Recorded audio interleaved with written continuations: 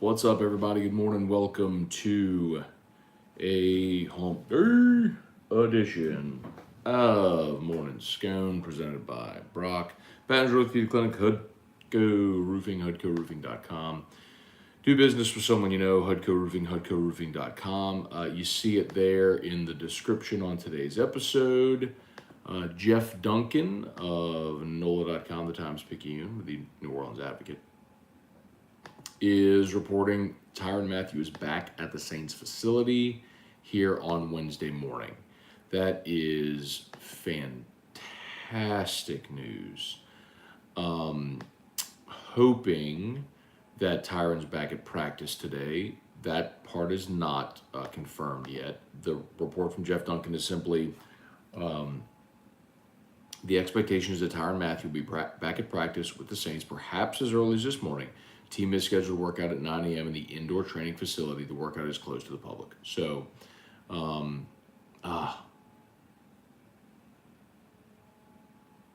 just got a text message.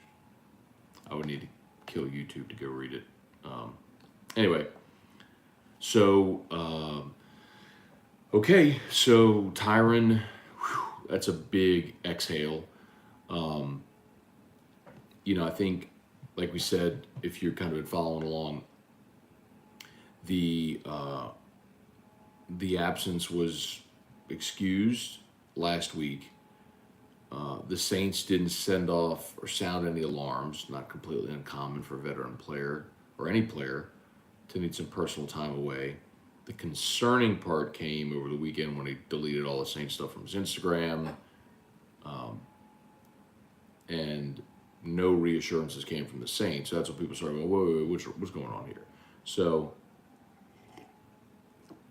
great news to have Tyrann Mathieu back. As far as the on-field stuff, like, I don't care if Tyrann Mathieu is there for the start of training camp. I don't care if he's there for any training camp. I couldn't be more forthright about that. I think the example I've given a bunch is, Brett Favre, whenever he kept retiring every offseason, he would always come back in like the second or third week of the preseason game. And then, basically give himself about a 2-week ramp up to week one. So for Tyrann Mathieu, you don't need any of this time on the field. Even new team, new defense, whatever. Like, been in the NFL for 10 years, you're good. Like, he can figure it out. So I'm not worried about that at all.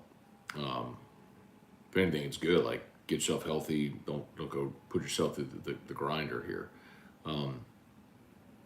But very glad to have him back with the team because the Saints are a better team with him than they are without him. So hopefully we see him back on the practice field today. But again, report from Jeff Duncan is that Tyronn Mathieu is in the Saints facility today, which is awesome news.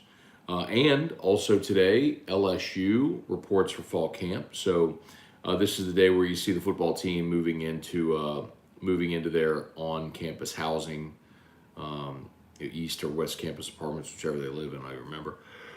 Maybe west. Actually, I don't remember. But this is when they move into their on-campus housing, and you see all the guys in flip-flops carrying TVs and laundry baskets and mini fridges into their on-campus housing. So, report today. Practice begins tomorrow. We will have LSU football media availability. First practice Thursday. The media availability, I believe I recall seeing, is 4:15. So it'll be media availability while I'm on AFR. So we will get a live report when the media availability ends, and then Brian Kelly will meet with the media at 6:15. It's here, y'all. I mean, it's football season is here. Okay, we'll say our good mornings here. Ryan, Amanda Guidry, Jeff McKithen, Stephen Fry, Kenny Futch, David Coslin. Hey, Dad, good morning. Brian Broom, Quentin Breakbill, Josh Jambone, Stephen Fry. Malik seemed really high on Nuss and Daniels yesterday. AFR didn't have much to say about Brennan. Yeah, so if you missed it, wild story. Like, I'm sitting outside of the ESPN studio yesterday, and it's like 2:58. No, it had to be about 2:54. Because the show that's on before us, like, as soon as the light goes off, it's like open the door, and then it's a Chinese fire drill to like change out the set and get set up and all that sort of stuff. Well, the elevator opens and Judy, aka Lady Jag, our receptionist, comes off the elevator with a young guy, and she says, "Number 8 from LSU is here." I was like, "Malik?" Like, I know number 8's BJ Ojolari, Malik Neighbors. It wasn't BJ Ojolari. I'm like, "What's up, Malik?" Like, "What you doing?" He goes, "I'm here to do the interview." I'm like, "Who are you doing an interview with?" I had no idea. We didn't talk about it at all. Nobody told me. Well, he was there to record some commercials, I guess, for an NIL deal that he's doing with Louisiana National Bank. And I was like, "Well, in the meantime, you're coming on radio with me." So he came in, started the show. Like, if you go back and watch AFR on YouTube from yesterday or go to the on-demand, like, it's the first segment of the whole show. And he was great, and I did ask him about each of the quarterbacks. He says he hadn't gotten a ton of time to work with Miles yet, but he's worked a lot with Nussmeier and Jaden. That's why he wasn't. It wasn't that he. It wasn't that he didn't have anything nice to say about Brennan. It was just that he just hadn't. He just hadn't worked with him much. So I think that was part of it. Hey, babe. But yeah, he glowed about Nussmeier. Keep in mind, those guys came in the same class, so they've had a lot of time to work together. And you know, I remember Jarvis when Jarvis was a freshman. So this was 2011, and if you remember, that was the year that Mettenberger had to sit out because he transferred in. I guess he was eligible because he came from JUCO. But anyway, Jarvis used to tell a story about how he would intentionally, in all of the receiver drills, get in line to take reps with Mettenberger. Even though Mettenberger wasn't the starter, but remember, Jarvis was a freshman. As a freshman, Jarvis was primarily a special teams guy. Odell was had the better freshman season as a receiver, as a pass catcher. Jarvis broke his foot in camp, took him a little while to get on,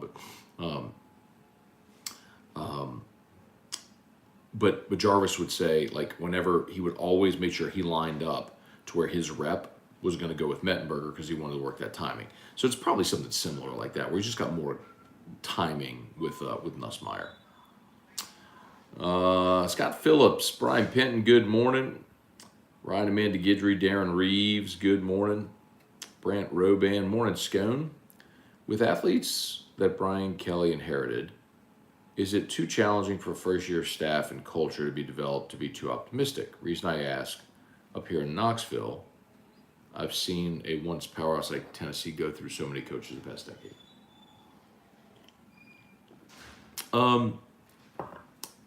So, Brant, the big difference with Tennessee, and you're right, Tennessee is an historic program. And won a national championship the first year of the BCS in '98, and they were still an elite program into the middle 2000s. Even look, I mean, LSU beat Tennessee in '07 in the SEC championship game. But once they fired Philip Fulmer, obviously Lane Kiffin only staying 1 year hurt them, and then a series of bad hires: Derek Dooley, Butch Jones, Jeremy Pruitt. They just made bad hires. Brian Kelly's far more accomplished than any of them. The flip side, I'll tell you, Brant, is LSU made a bad hire with Ed Ogeron and still won a national championship out of it. So the biggest difference, though, between the programs is Tennessee is in a similar situation as a place like Notre Dame, where, yes, you have a lot of history and tradition, and you've won historically, and you've got a big fan base, but you're in a state that does not produce a lot of talent.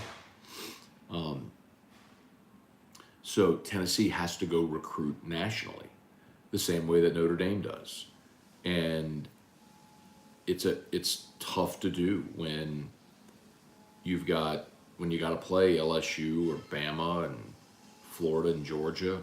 So they're not exactly the same. Dad, good morning. Going to see Crystal Poche. All right, y'all. Crystal Poche, Restored Motions.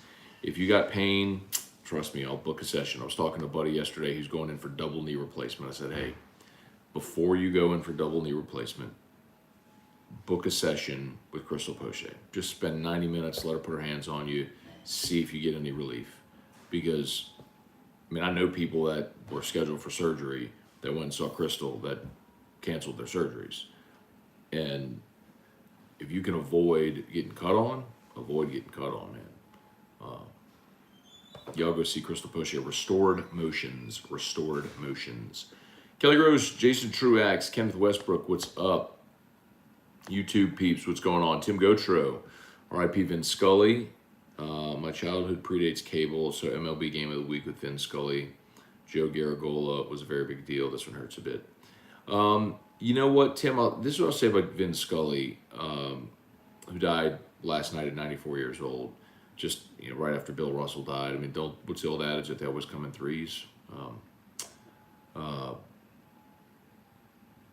Everyone universally reveres Vin Scully,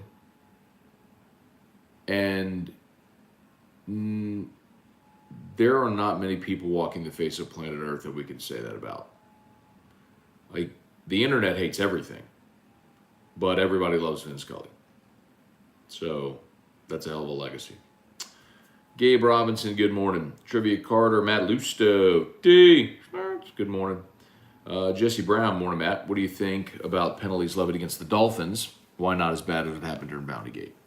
Well, the very obvious part about Bountygate is they were trying to get sued. I mean, that was, the NFL was in the middle of their $1 billion,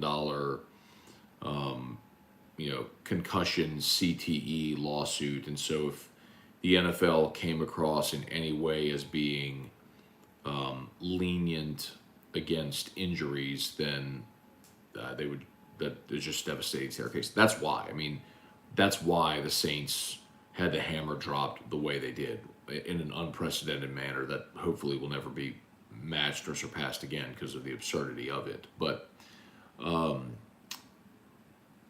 penalties, you lose a first-round pick and a fourth-round pick, your owner's got to pay $1.5 million, can't be around the team until mid-October. Okay, I mean, more than anything, I'll tell you, I think we did talk about this in AFR yesterday, by the way, if you want to go back and get like the full commentary on it. I believe it was in hour three we talked about it, middle of hour 3.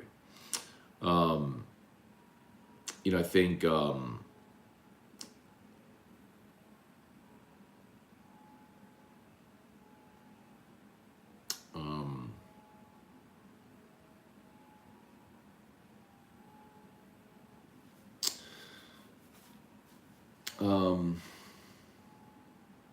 I guess my thought is, sorry to pause there, Jesse. My thought is, like, what else would I have liked to have seen done? And I mean, you've got a new head coach there. Brian Flores isn't there anymore, obviously. None of the players were involved. You took away a first-round pick and a 4. I mean, taking a 1 away is significant. But the Dolphins had multiple 1s already. I don't know. I guess it's okay. I mean, if you're comparing anything to Bountygate, it's going to feel insignificant. But I don't want anything like Bountygate ever happen again. Punishments, I mean, like, because it was intentionally done to be heavy-handed because of the legal matter at hand and less about the actual crime committed. Kelly Gross, Kyle Milliken, Irfan Sayad, good morning. Robbie White, good morning. I know it's not your style, but for milestone episodes like 1600 coming up, you should enable super chats that solely go to some sort of charitable cause. Or what if you all, if you're interested in that, just make a donation to a charitable cause in honor of Morning Scone or in honor of Drew. How about that? Anybody that wants to do so, make a donation to St. Lillian Academy in honor of Drew Moscona. That would be cool. But you're right, Robbie. I don't.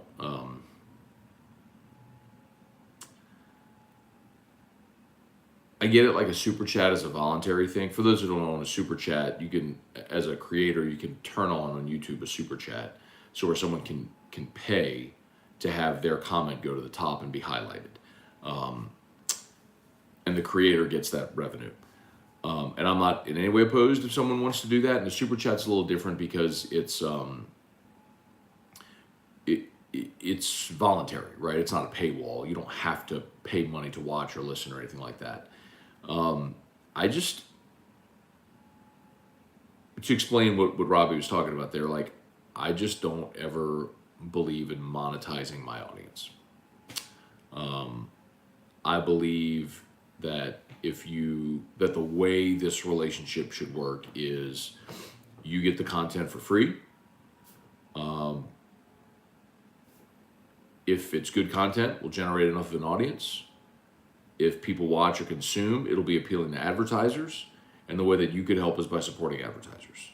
And if you don't, cool. But like, if you need a roof, call Hudco. If you need an orthopedist, go to Brock. You know, you need a realtor, call Darren James. You got some pain, call Crystal Poche. You know, like that's the way that I feel kind of it works. I just hate paywalls. I just hate paywalls. But Robbie, I guess some people just hate commercials. Like some people would rather pay whatever a month to not have to watch commercials. I get it.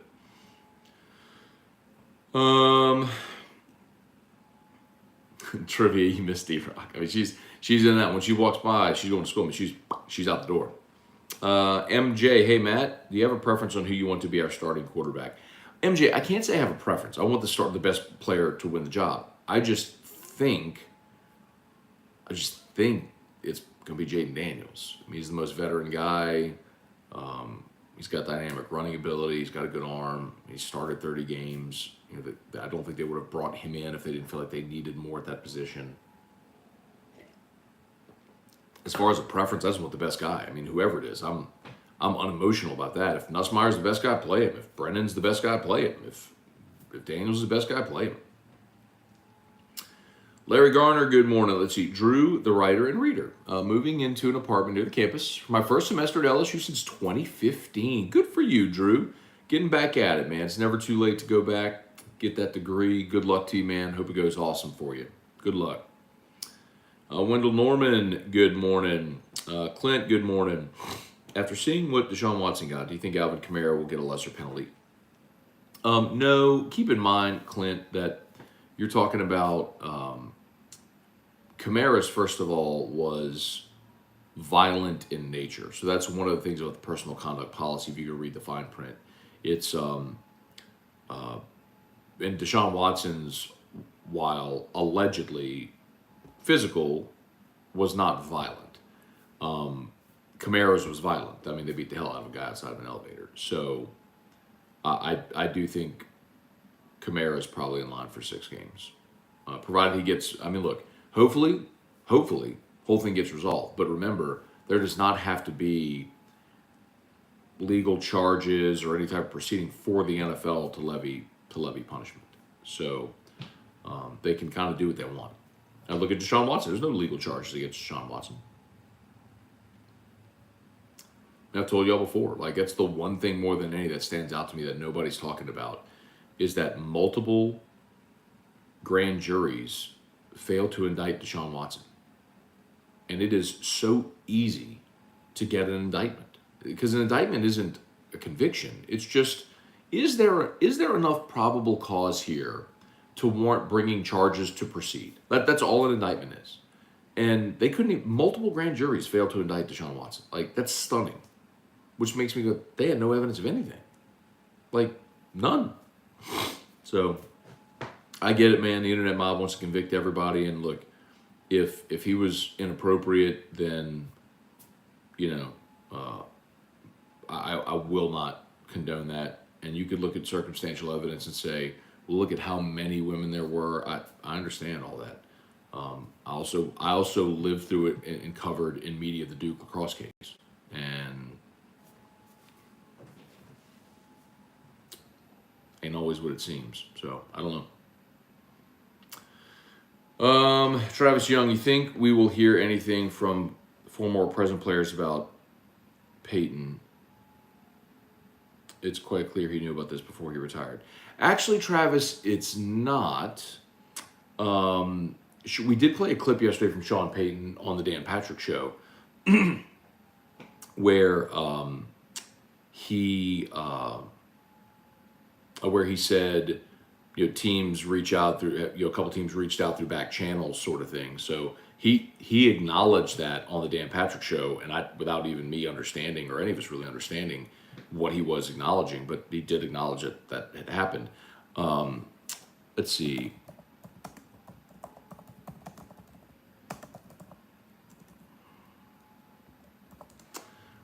let's see, the Dolphins hired Mike McDaniel February the 6th. Let's see.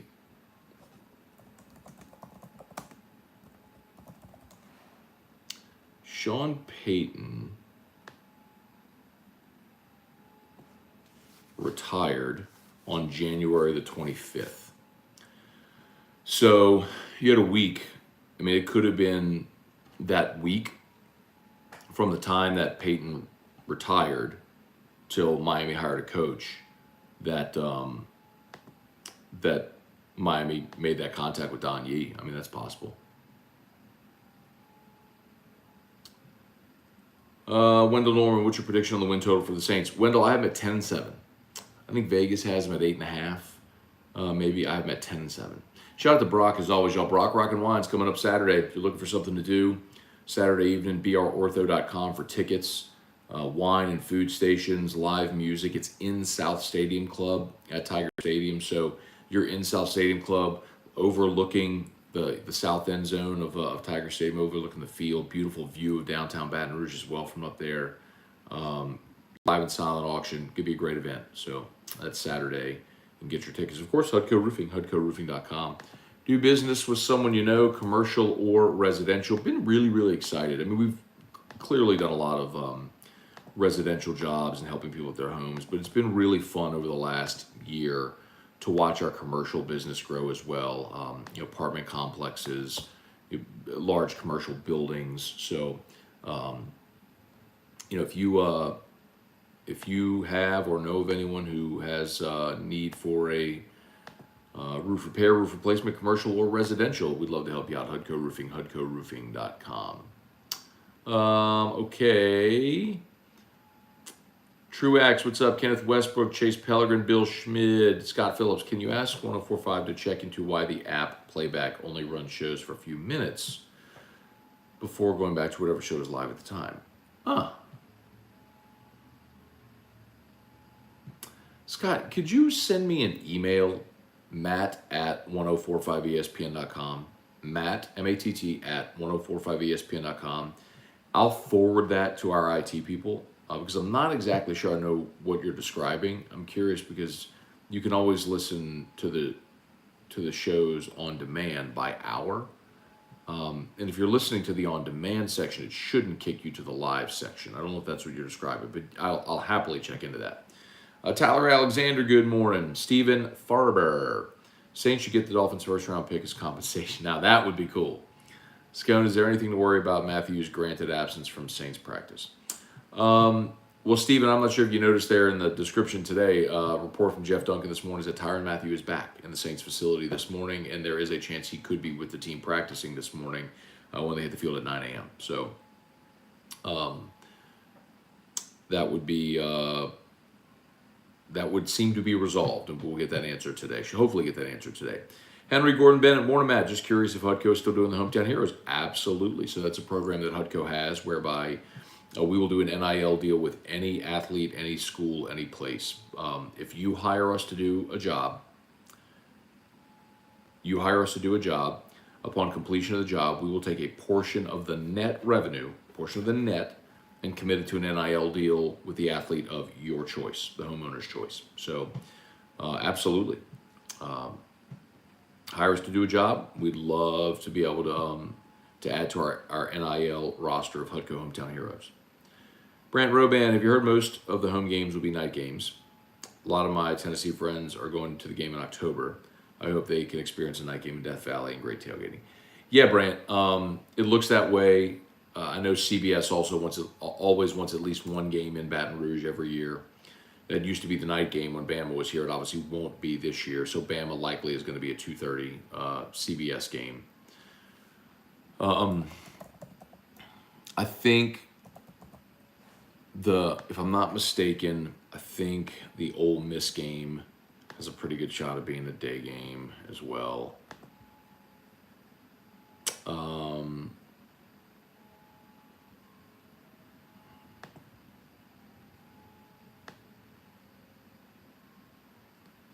Where's that week?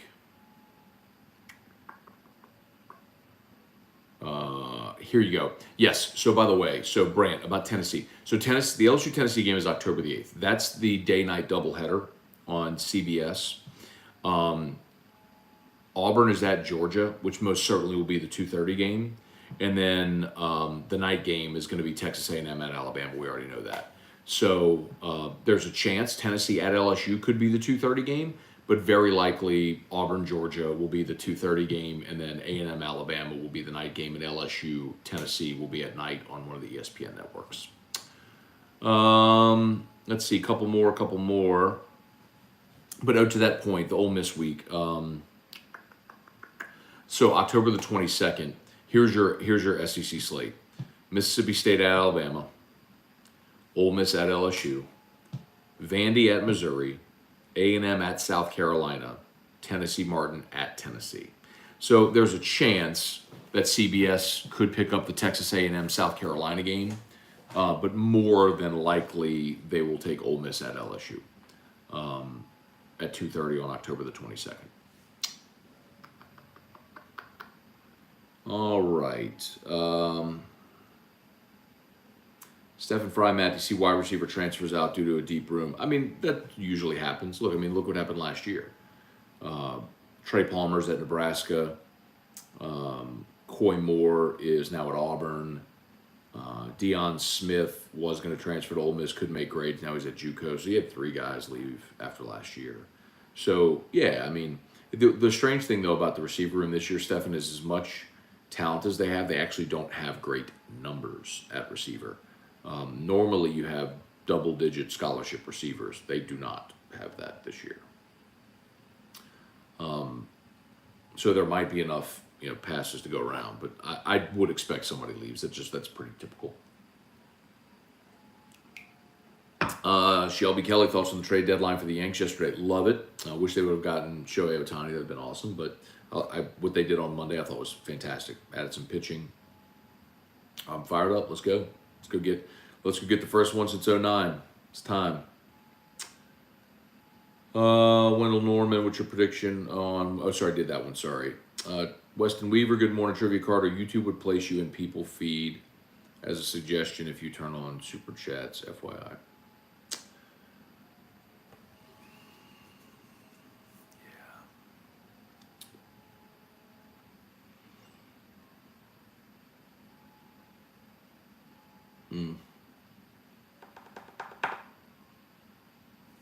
Maybe. Pat Usman, good morning, everyone. Got my sessions book with Crystal. Work on the tendon in my index finger. Hopefully, you'll get me playing guitar and drums again real soon. Pat, I think you're going to be thrilled. I cannot wait to hear what you have to say. I think you are going to be, well, Pat, let me know how it goes when you do. I'm excited for you. Ryan Rogers thinks Soto will sign a long-term contract with the Padres, or was this just a way out of Washington? Well, he didn't really have a say-so, right? It's a risk by Washington, or by the Padres, but they'll have him under team control for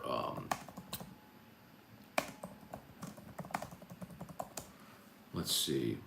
So Soto is eligible for free agency after 2024. So he's got to finish this season, next season, and 2024. So after this year, he has 2 more full years before he's eligible for free agency.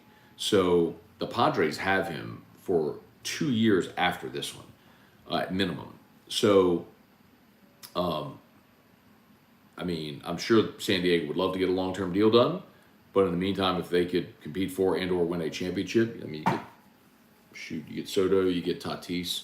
How about old Austin Nola there in San Diego now with Juan Soto as a teammate? That's pretty cool.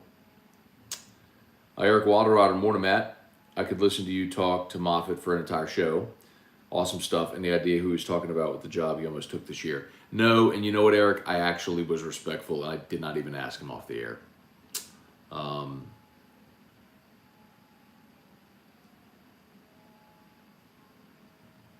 So if you missed it, Tommy Moffitt was on AFR yesterday, came in studio. It was the first 3 segments of hour 2. So if you're interested on demand, go to the Watch 104.5 ESPN YouTube channel. Check out AFR from yesterday's date. Malik Neighbor started the show, and then Tommy Moffitt started hour 2. Did 3 segments. We talked about him getting fired at LSU. We talked about his time at LSU, what he's been doing over these 8 months since he was let go by Brian Kelly. We talked about the Moffitt method, which is the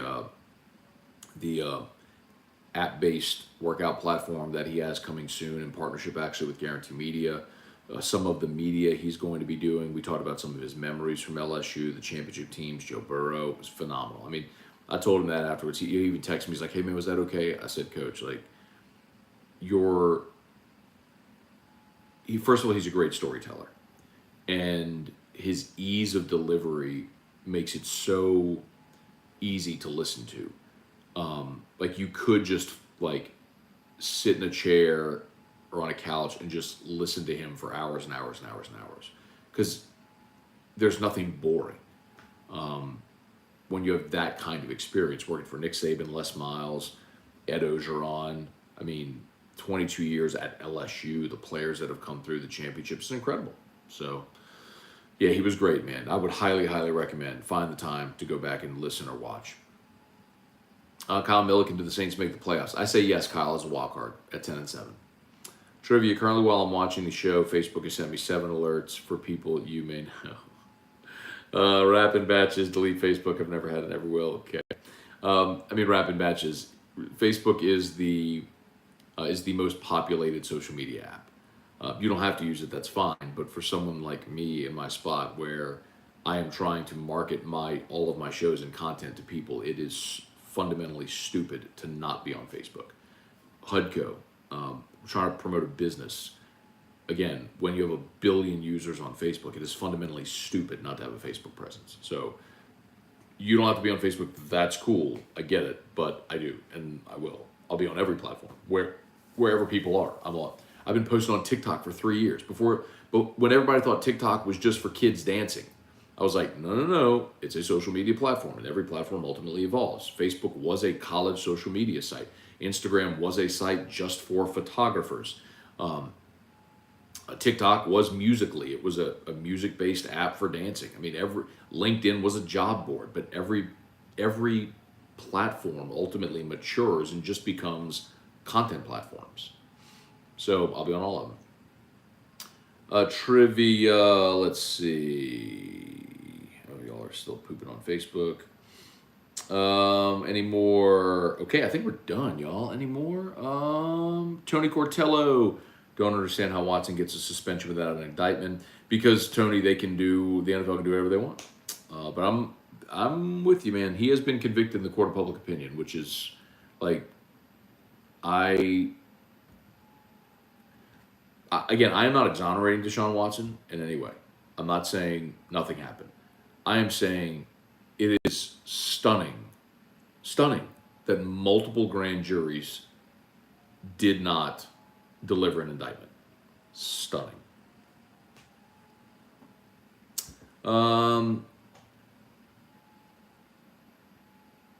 Let's see. CB is a buzzkill. Oh, CBS is a buzzkill.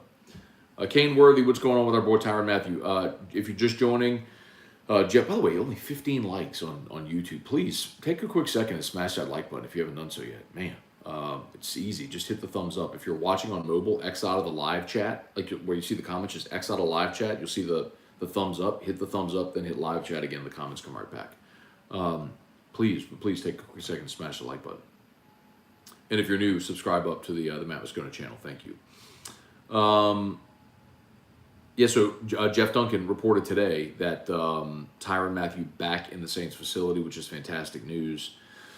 They had been running P.J. Williams at safety alongside Marcus May. Tyronn Mathieu is a little bit of an upgrade over P.J. Williams, y'all. So I'm excited to see Tyronn back. Hopefully he's back on the practice field today. That remains to be seen. Saints, it's 8:06, so the Saints are on the practice field here in about an hour. So we will have a full practice report. By the way, Maddie Hudak we've credentialed Maddie Hudak for 104.5 ESPN for Saints camp. So she'll be down there at Saints camp for the rest of camp, giving us updates every afternoon on AFR from Saints camp. So we'll look forward to that consistently here throughout the remainder of camp.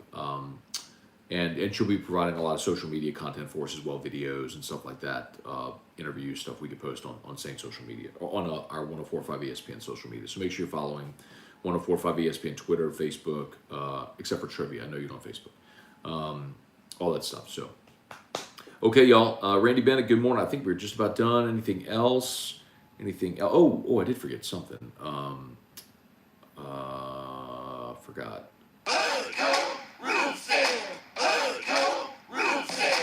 When you need a roof, call someone you know. Scone and Ontario. All you need is Hudco. Call Hudco Roofing. 364. 1007.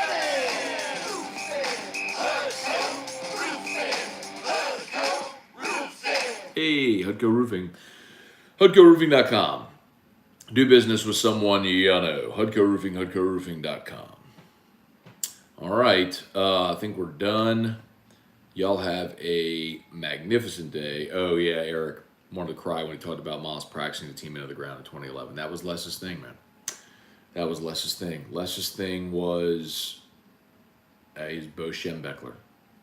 God, he practiced them so I had no legs left, man. It was one of the smartest things that Ed Ogeron did in 2016 when he was hired. One of the smartest things he did. That 2016 team was so talented, so veteran.